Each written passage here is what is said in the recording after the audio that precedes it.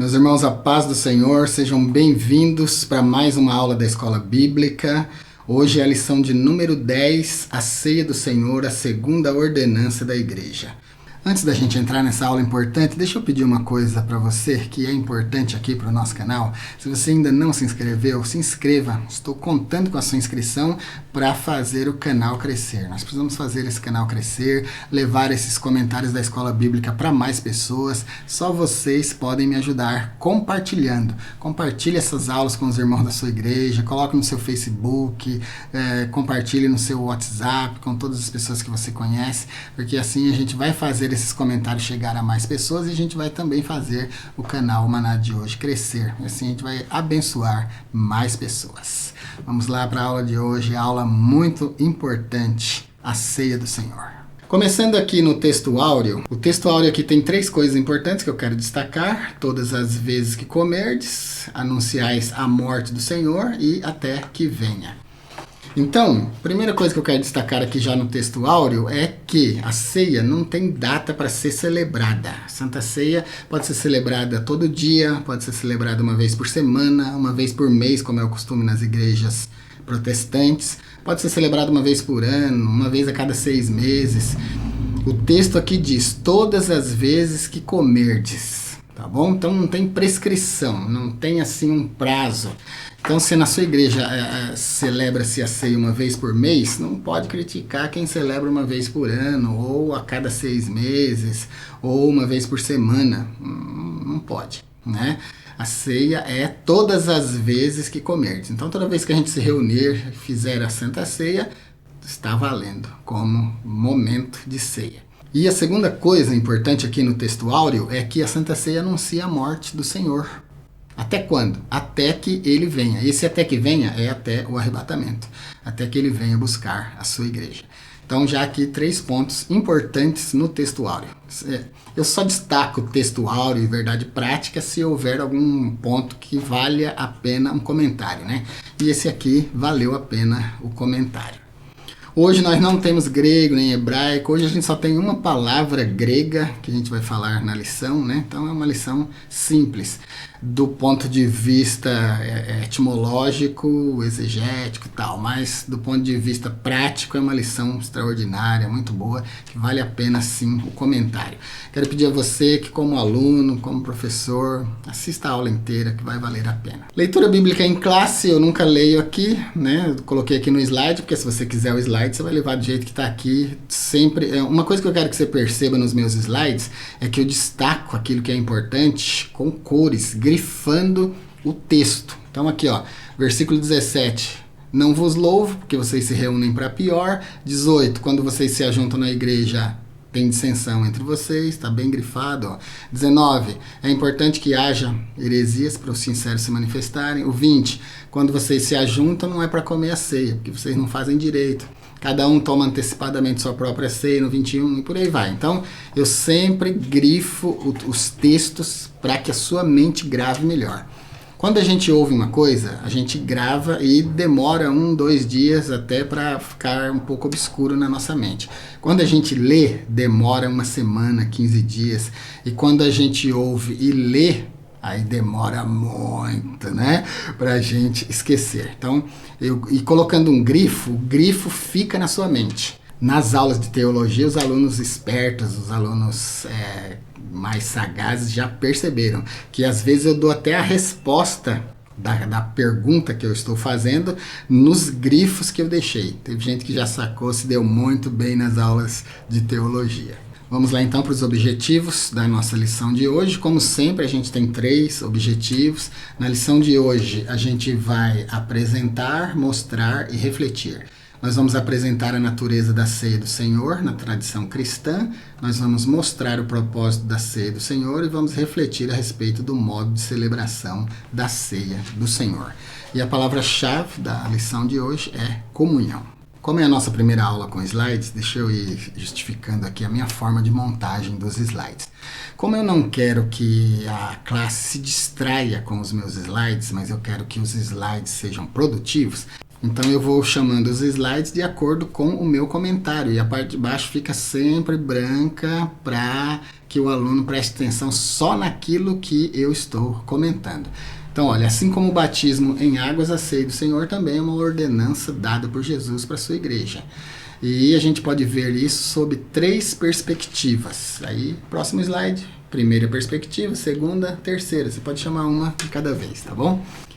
Primeira, ela lança um olhar para trás. Então a gente tem 3 dimensões aqui na ceia do Senhor. A ceia do Senhor apresenta 3 dimensões temporais.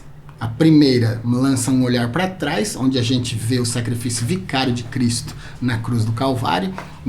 A ceia é para nós memorarmos juntos, comemorarmos a morte vicária de Cristo. Eu vou deixar um vídeo para você, para ajudar. Hoje eu vou deixar alguns vídeos, como sempre, né? Vou deixar alguns vídeos que, olha, você deve assistir, porque vai complementar e muito a aula de hoje, e você vai ter um material muito bom para apresentar aí durante a sua aula, a sua ministração, a sua classe. Vou deixar um vídeo sobre a morte vicária de Cristo. O que é isso? Então, o primeiro olhar é para o passado. A gente vai lá no Gólgota ver Cristo morrendo por nós. A segunda perspectiva aqui da ceia é a presente. Quando a gente olha para a gente mesmo e vê que a gente foi alcançado pela graça de Deus, cada um contempla a sua própria condição e julga-se a si mesmo, né, para ver se pode ou não, se deve ou não participar da ceia do Senhor. E a terceira perspectiva é futura, quando a gente mantém a expectativa na volta de Cristo, porque a ceia deve ser celebrada lembrando da morte do Senhor, e devemos fazer isso até que ele venha, como a gente viu no texto áureo.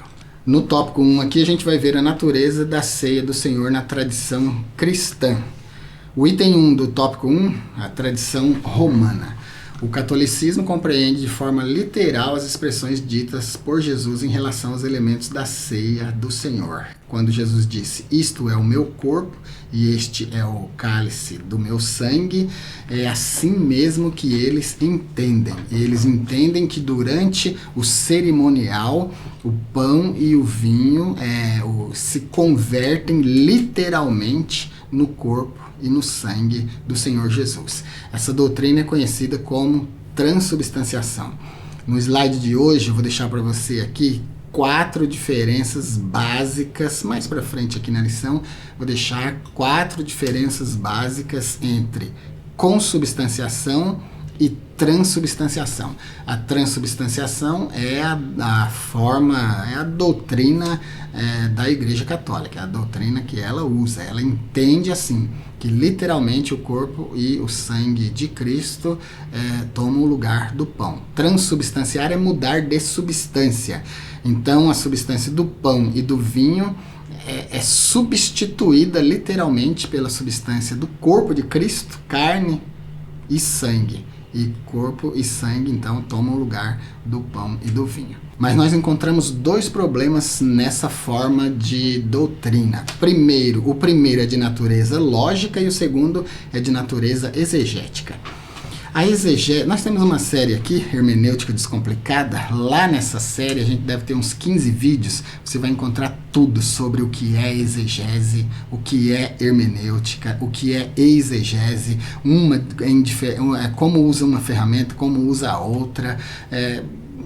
Nessa série, tudo que você quiser aprender sobre interpretação você vai encontrar lá. É uma série muito boa e muito acessada aqui no nosso canal.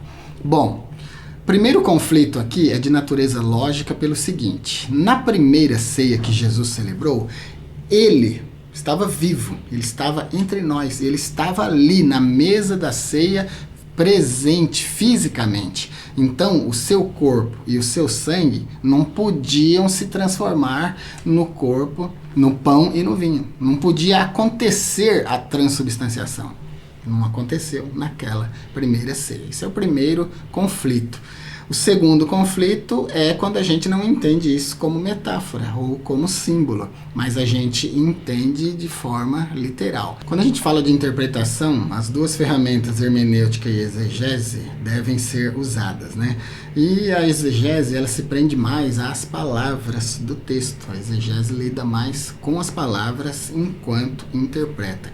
E aqui a gente tem um problema exegético, quando a gente entende que as palavras de Jesus não são metafóricas, são literais, quando ele disse: isto é o meu corpo que é partido por vós e isto é o meu sangue que é derramado por vocês, né? Então a gente gera essa questão exegética, porque em outros lugares também ele disse: eu sou a videira. Outro lugar ele disse: eu sou a porta. E não era nada disso, a não ser metaforicamente, né? Então é aí que gera-se o conflito. Então o catolicismo romano acredita na doutrina da transubstanciação. O corpo e o sangue de Cristo tomam o lugar do pão e do vinho.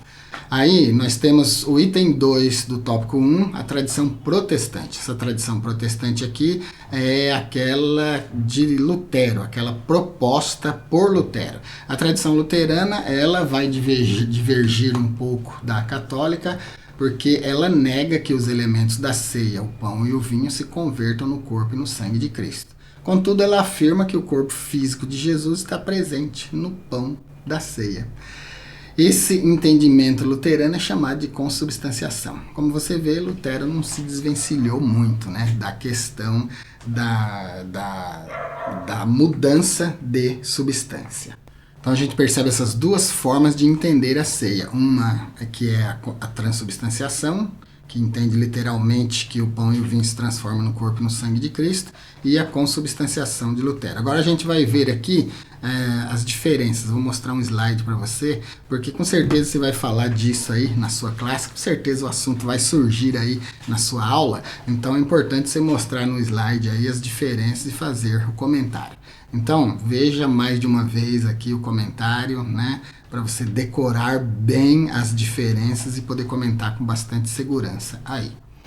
Então, pontos que diferenciam a consubstanciação da transubstanciação. A transubstanciação é a crença de que na Eucaristia, o pão e o vinho realmente se transformam no corpo e no sangue de Cristo, deixando de ser pão e vinho. Essa aí é a doutrina oficial da Igreja Católica. Eucaristia para os católicos, ceia, Santa Ceia para nós, tá bom? Na consubstanciação. A consubstanciação é a crença de que na Eucaristia o pão e o vinho se unem com o corpo e o sangue de Cristo sem deixar de ser pão e vinho. Essa forma é a forma defendida por Lutero na Reforma Protestante. Na transubstanciação, a interpretação literal das palavras de Jesus, da última ceia, isto é o meu corpo, isto é o meu sangue, é levado ao pé da letra, literalmente. Na consubstanciação, essa interpretação é tida como espiritual, entendendo que Cristo está presente real e localmente na comunhão, mas não há mudança de substância. Então Lutero entendia que Jesus estava presente ali no pão e no vinho, mas não mudava a substância, continuava sendo pão e vinho. A doutrina oficial da Igreja Católica, a transubstanciação, entende que há uma mudança de substância. Então, a transubstanciação usa essa distinção de essência. Ela entende que a essência muda mesmo, tá bom? Apesar de ali sobre a mesa da Eucaristia estarem pão e vinho, mas eles acreditam que no âmbito espiritual realmente, literalmente aconteceu uma transformação. Na consubstanciação, não, ela não usa essa distinção. Afirma que a substância do corpo e do sangue de Cristo se unem ao pão e ao vinho de forma mística. A transubstanciação, então, a doutrina oficial da Igreja Católica, entende que mesmo que o pão e o vinho estejam ali sobre a mesa, todo mundo está vendo que é pão e vinho, mas a essência, eles acreditam que a essência daquilo ali é mudada literalmente para o corpo e o sangue de Cristo. Lutero entendia, acreditava que o que acontecia era só uma união mística, uma união espiritual. A essência do pão continuava a mesma, separada do corpo e do sangue de Cristo. Isso é muito importante, esse destaque, essa diferença é muito importante você deixar clara aí na sua aula. E como é que o protestantismo, nós, principalmente os pentecostais, entendemos essa questão? Na tradição pentecostal, nós entendemos que o pão e o vinho não se convertem fisicamente no corpo e no sangue de Jesus. Então, olha, nós não acreditamos nem na transubstanciação, que é a doutrina da Igreja Católica, onde literalmente o pão e o vinho se transformam no corpo e no sangue de Cristo, havendo uma mudança de essência, a essência do pão e do vinho são transformadas. Na consubstanciação, que é a doutrina de Lutero, da Reforma Protestante, ele acreditava que havia uma união mística, uma união espiritual, mas sem mudança de essência, e nós acreditamos que o pão e o vinho simbolizam o corpo e o sangue de Cristo. Aqui agora eu quero indicar para você, é muito importante que você assista. Eu já gravei a semana passada esse vídeo porque eu queria que ele fosse uma ajuda para você dentro dessa aula. Esse vídeo que você está vendo aí na tela agora, as 3 dimensões da Santa Ceia.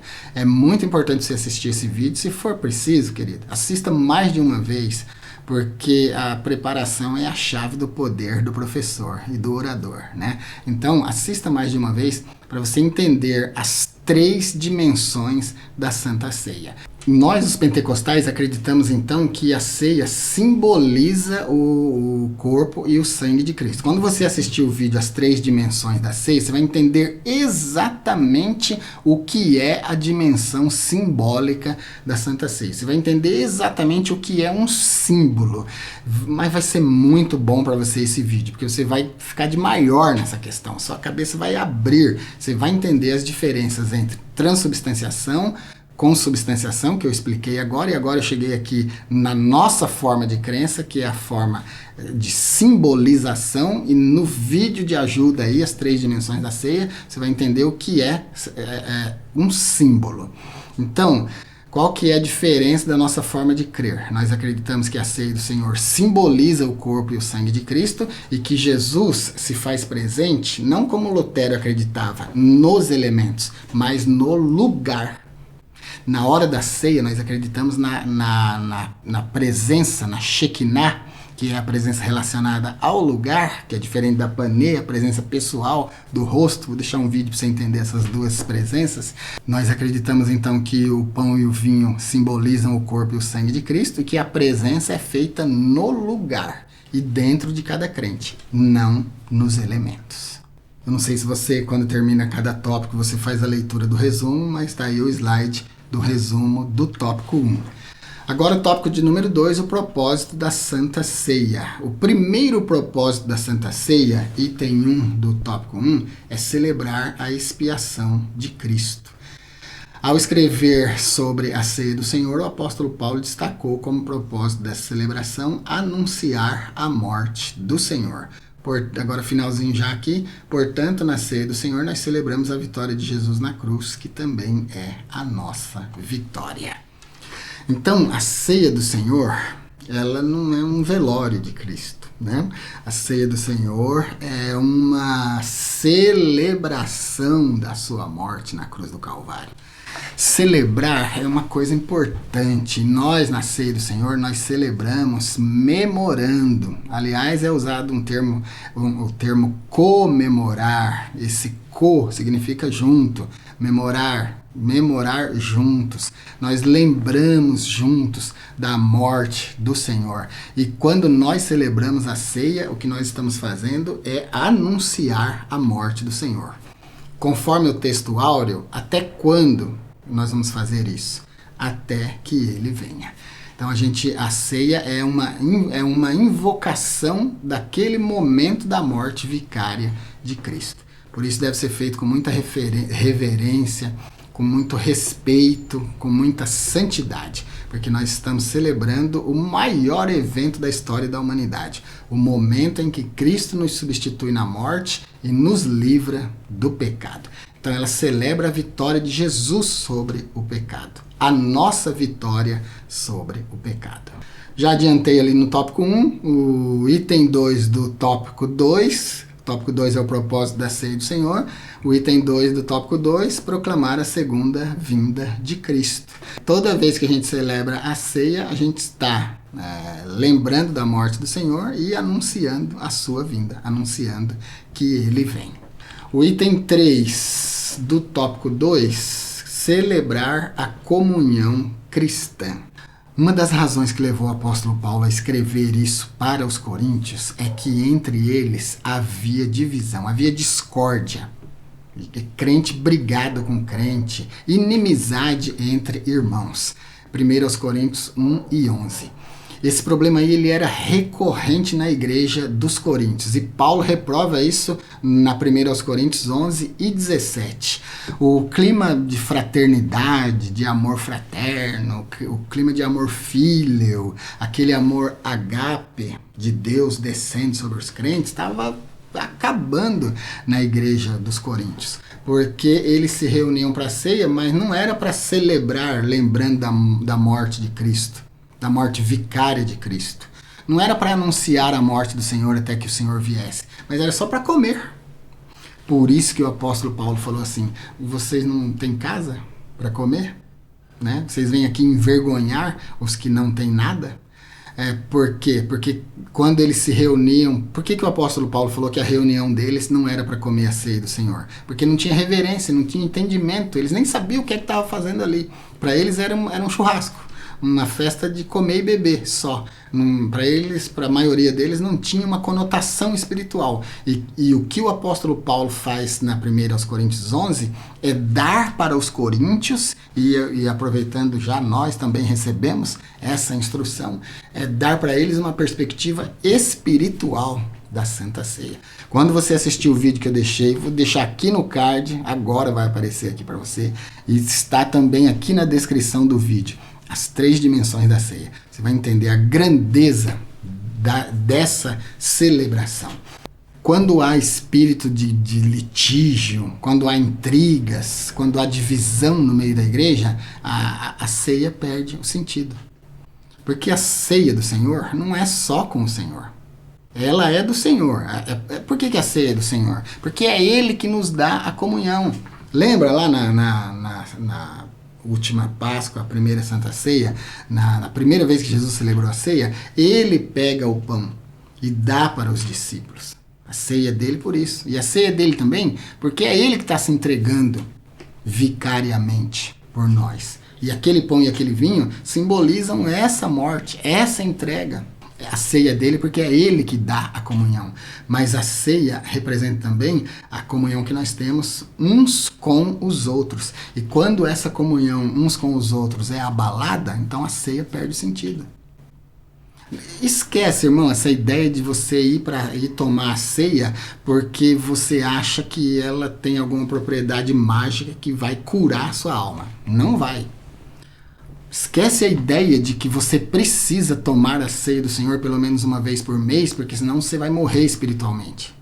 Se você não estiver vivo espiritualmente, é certeza que você vai morrer espiritualmente. Você já está morto espiritualmente. A ceia é só a representação, o momento da ceia é só a representação física dessa comunhão que você já tem com o Senhor, que você já tem com os irmãos. Ela não vai te dar isso. A ceia não vai te dar comunhão. Então não tem sentido. Se está brigado com o irmão, não precisa nem tomar a ceia. Você tem que ir lá pedir perdão para ele. Não é pedir perdão lá na frente da igreja. Se você está brigado com o irmão, é pro irmão que você tem que pedir perdão. Está brigado com o pastor? Tem que pedir perdão pro pastor. Não é para a igreja. Você não brigou com a igreja. Você brigou com aquela pessoa, né? Então tem que pedir perdão para aquela pessoa. Sempre vai haver divisões, intrigas, litígios no meio da igreja. Mas a gente precisa evitar isso. Então a Santa Ceia celebra a morte de Cristo, celebra a comunhão entre os crentes e anuncia a vinda do Senhor. Até o dia que Ele vier, nós vamos ficar anunciando enquanto a gente celebra a ceia. Agora o tópico de número 3, o modo de celebração da ceia do Senhor. Antes de eu entrar aqui no item 1 do tópico 1, que é o que é participar indignamente, eu quero falar um pouco da cerimônia da ceia. Se você está assistindo essa aula, você é pastor, você dirige aí ou uma igreja que está começando, ou mesmo uma igreja grande, é muito importante que você celebre a ceia do Senhor como uma celebração mesmo, fazendo uma coisa bonita, uma coisa pomposa. Olha, eu vou dizer para você como que, quando eu dirigia a igreja, eu vou dizer para você como eu fazia. Eu dedicava o culto da ceia inteiro para a Santa Ceia. Era um culto completamente diferente. Num culto normal tem oportunidade para jovem, para irmãs, para criança, para coral, para grupo musical, oportunidades individuais. No dia da ceia, acabava com tudo isso. Não tinha nada disso. No dia da ceia era um culto para a ceia. Tudo girava em torno da ceia do Senhor. A ceia do Senhor era o centro da celebração daquele culto. Palavra de abertura era relacionada à ceia. Se alguém tivesse uma oportunidade, não era muito comum ter, mas se tivesse, também ia falar a respeito da ceia do Senhor. A pregação, obviamente, ministrada pelo pastor da igreja. É muito importante que a pregação no dia da ceia seja a fala do pastor da igreja, para ele ensinar os crentes, até doutrinar os crentes para um estilo de vida santificado na presença do Senhor. Os hinos têm que ser hinos que tenham relação com a Santa Ceia. A Santa Ceia deve ser aquela coisa cerimoniosa, ensaiada. É importante você que é o pastor da igreja aí local, você se reunir com seus obreiros e ensaiar a cerimônia da ceia. Nossa, pastor, eu preciso de tudo isso? Sim, querido, porque é uma cerimônia. Você não ensaia a cerimônia de casamento? Quando a pessoa vai casar, não ensaia cerimônia de casamento? Pois é, a Santa Ceia é uma cerimônia. Ela precisa ser bonita, precisa ter detalhes, precisa ser aquela coisa educada, fina. Afinal de contas, nós estamos celebrando, lembrando a morte do nosso Senhor, a morte vicária. O item 1 do tópico 3 aqui no finalzinho, vamos dar um destaque, depois eu volto aqui no Indignamente. Ele mostra aqui que os coríntios celebravam a ceia do Senhor de forma desordenada, indisciplinada e irreverente. Então essas três qualidades, forma desordenada, indisciplinada e irreverente, não pode ter na ceia. Sabe aquelas pessoas, aqueles líderes que vão celebrar a ceia e pega o pão e está comendo, mastigando o pão e já está falando o texto referente ao pão, ou às vezes está mastigando o pão ainda e já está falando sobre o texto referente ao cálice? Não, nada, você não fala de boca cheia, fala na mesa quando está comendo, principalmente se tiver visita em casa, né? E imagina na cerimônia da ceia, então tudo muito calmo, muito suave.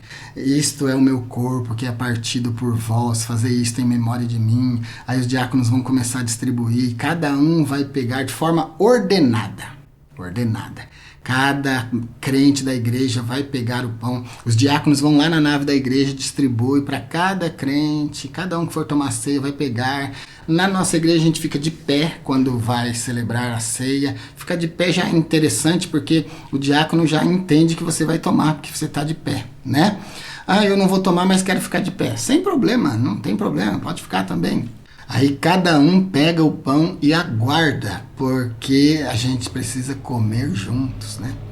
É um símbolo de comunhão, comer juntos. Então a gente vai pegar o pão e comer todos ao mesmo tempo, representando essa comunhão e a ideia de comer juntos. Aí como é que eu fazia na minha congregação, a congregação que eu dirigia? Já era combinado com o grupo musical, eu escolhia 2 pessoas ou até 3 que cantavam bem para segurar o coro do hino da ceia. E mesmo que eu parasse de cantar, eles continuavam, eles seguravam a música. Aquelas 3 pessoas junto com a igreja, mais os músicos seguravam então o hino da ceia cantando, e eu podia parar, eu podia me emocionar, eu podia falar alguma coisa enquanto eles cantavam. E então, sem pressa, coma, mastigue suavemente, sem pressa, termine esse momento, depois entre no segundo momento, que é o momento do cálice do Senhor. Essa então é a forma ordenada aqui do item 1 do tópico 3. Que eu comecei pelo final aqui do item, né? Os coríntios faziam exatamente o contrário disso. Comiam de forma indisciplinada. Um comia primeiro do que o outro, um comia mais do que o outro. O cálice, eles bebiam até se embebedar, se embriagar. Por isso que o apóstolo Paulo falou, vocês não vêm aqui para comer, não. Vocês vêm aqui para memorar a morte de Cristo. Tudo bem, a igreja estava começando, ninguém entendia bem exatamente o conceito espiritual disso, mas o apóstolo Paulo ensinou. Hoje em dia a gente não tem desculpa, hoje em dia não pode errar. Então, de forma ordenada, de forma disciplinada, todos comendo juntos, todos bebendo juntos, bem bonitinha, e de forma reverente. Os coríntios faziam de forma irreverente. Quando se embriagavam, era a prova da irreverência. Qual que é a maior prova de reverência? Silêncio. Todos os celulares desligados, pelo amor de Deus. Não só no culto da ceia, em qualquer culto, né? Nada de conversar um com o outro. Ficar no espírito mesmo. Ficar em comunhão com o Senhor, entendendo que o Senhor está presente ali naquela celebração e que aquilo que está ali sobre a mesa sendo distribuído é a representação, o símbolo do corpo e do sangue do Senhor Jesus, reverenciando esse momento. E agora voltando aqui no início do item 1, comer indignamente. O verbo grego anaxios que é traduzido por indignamente. Fala da condição da pessoa. Então, uma pessoa em pecado, não importa o tipo de pecado, né? Se esse pecado está atormentando a sua alma, se você está sendo acusado pelo diabo por causa desse pecado que você cometeu, você não deve tomar a ceia do Senhor. Você deve fazer um conserto antes. Pecou contra um irmão? Vá falar com o irmão. Irmão, está em adultério? Está em pecado grave? Então tem que confessar, tem que conversar com o pastor da igreja, porque aquele que confessa as suas culpas, esse alcança misericórdia. Por que é importante a confissão de alguns pecados, né? Alguns pecados específicos? Eu não quero falar detalhadamente sobre isso aqui, só estou dando um panorama.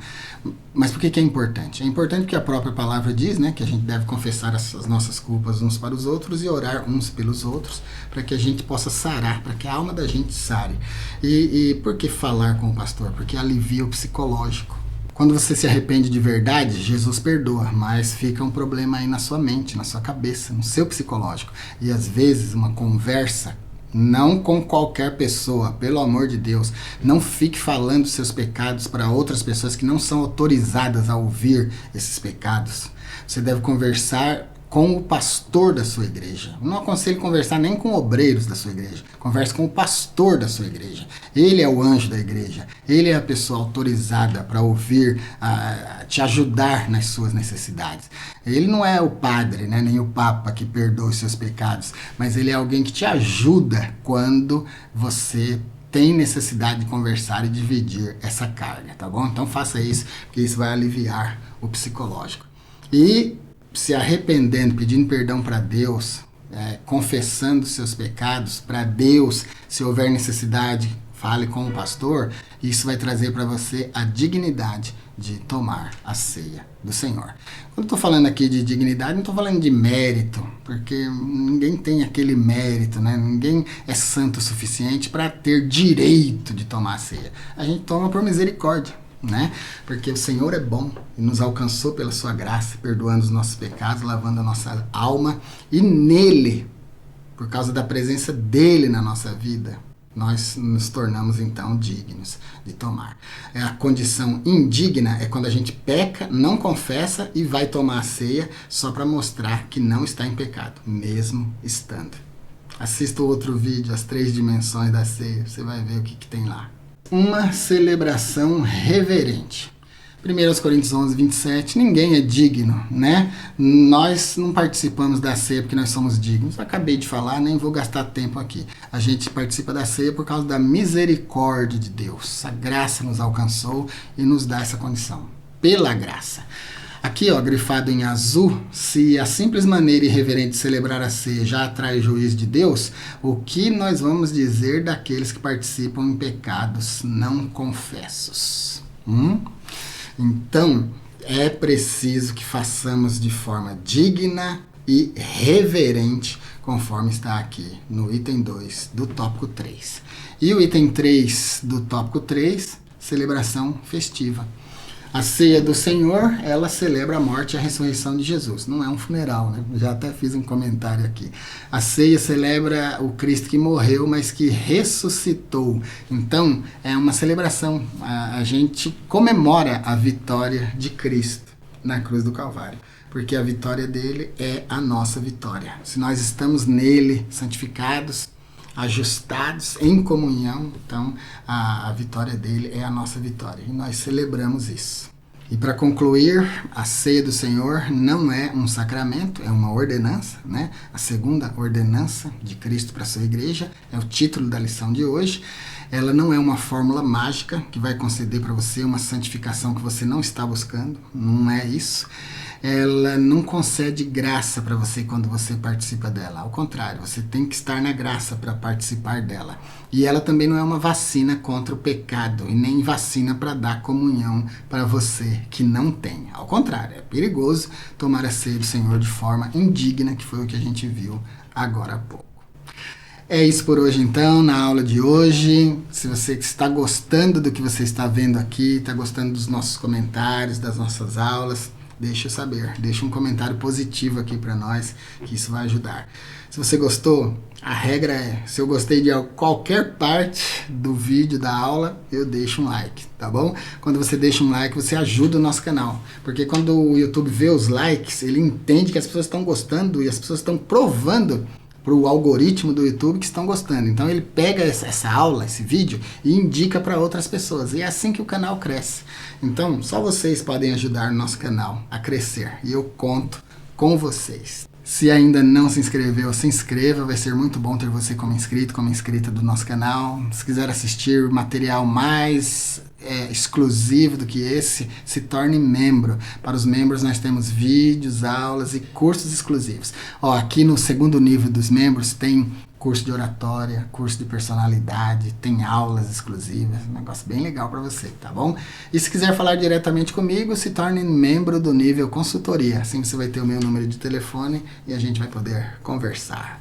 Fique com Deus então e até a nossa próxima aula.